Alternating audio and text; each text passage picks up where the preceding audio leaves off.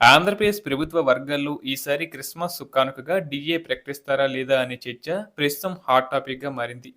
చాలా రోజులుగా ఎదురు చూస్తున్న ఉద్యోగులు, పెన్షనర్లు ఇప్పుడు ఆసక్తిగా ఎదురు చూస్తున్నారు. ప్రస్తుతం ప్రచారం జరుగుతుంది ఏంటంటే రాష్ట్ర ప్రభుత్వం 1 లేదా 2 డీఏలను ప్రకటించే అవకాశం ఉందని. కానీ నిన్న జరిగిన కేబినెట్ సమావేశంలో ముఖ్యమంత్రి చంద్రబాబు నాయుడు గారి అధ్యక్షన ఈ అంశంపై చర్చ జరగలేదని సమాచారం.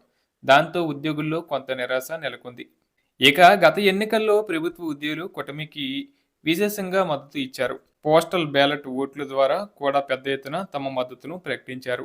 ఈ కారణంగా ఈ ప్రభుత్వం తమ పట్ల సానుకూలంగా వ్యవహరిస్తుందని ఉద్యోగులు విశ్వసిస్తున్నారు.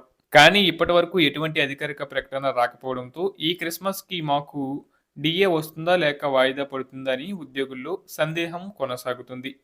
అలాగే ఇటీవల తమిళనాడు ప్రభుత్వం తన ఉద్యోగులకు కొత్త డిఏ ప్రకటించింది. తెలంగాణ ప్రభుత్వం కూడా తమ ఉద్యోగుల కోసం డిఏ విడుదల చేసేందుకు సిద్ధమవుతుందని సమాచారం. ఈ రెండు రాష్ట్రాల నిర్ణయాలను చూసి ఏపీ ఉద్యోగులు ఆశగా కొంచెం నిరాశగా ఉన్నారు. దసరా, దీపావళి పండుగల సమయంలో కూడా కేవలం ఒకే డిఏ విడుదల చేసిన సంగతి తెలిసిందే. ప్రస్తుతం ఉద్యోగ పెన్షనర్ల ప్రధాన డిమాండ్లు ఏంటంటే 3 ప్రధాన అంశాల కోసం ఎదురు చూస్తున్నారు. వాటిలో డిఏలు విడుదల, ఇంటరమ్ రిలీఫ్ అయ్యర్, పిఆర్సి అమలు. ఈ 3 అంశాల్లో కనీసం ఒకదాన్ని ప్రకటించినా అది వేలాది కుటుంబాలకు ఆర్థిక భరోసా అవుతుంది. అలాగే ఉద్యోగులు, పెన్షనర్లు కనీసం 1 డిఏ అయినా ఇవ్వాలని ఆశిస్తున్నారు. క్రిస్మస్ పండుగ సమయానికి ఈ సహాయం వస్తే కొంత ఆర్థిక ఉపశమనం లభిస్తుందని భావిస్తున్నారు. ప్రస్తుతం ప్రభుత్వం ఇంకా అధికారికంగా ఎటువంటి ప్రకటన చేయలేదు.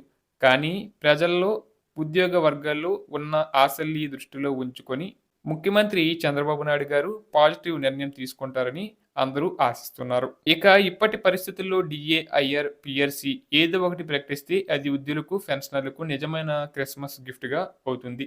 ఈ క్రిస్మస్ పండుగకు ఉద్యోగులు, పెన్షనర్లకు సంతోషం చేకూర్చే సానుకూల నిర్ణయం రావాలని ఆశిద్దాం.